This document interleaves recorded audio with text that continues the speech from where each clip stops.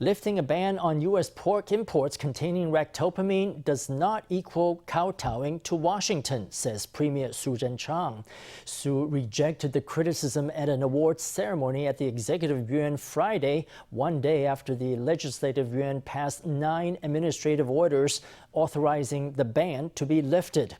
However, the KMT's opposition to American pork imports is undeterred, with some members calling for a referendum on the issue.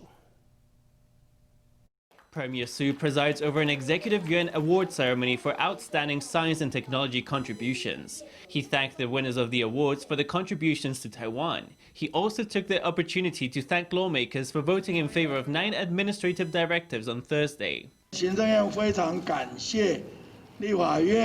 The Executive Yuan is extremely grateful to the Legislative Yuan.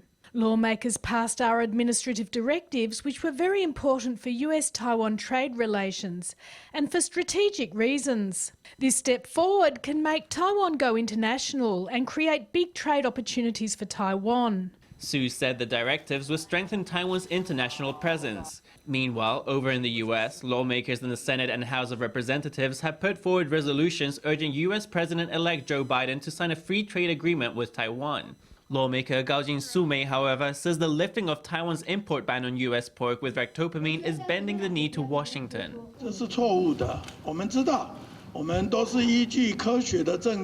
That is wrong. We all know the decision is backed by scientific evidence.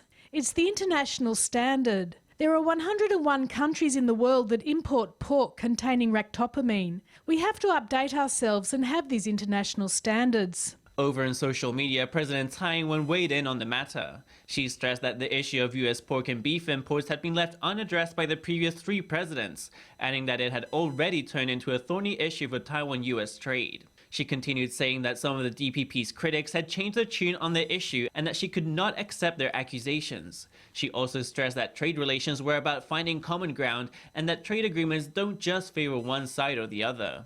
She ended saying the decision to open up the market was for the sake of Taiwan's future international trade and a key decision to help Taiwan go international. But the KMT did not buy her explanation.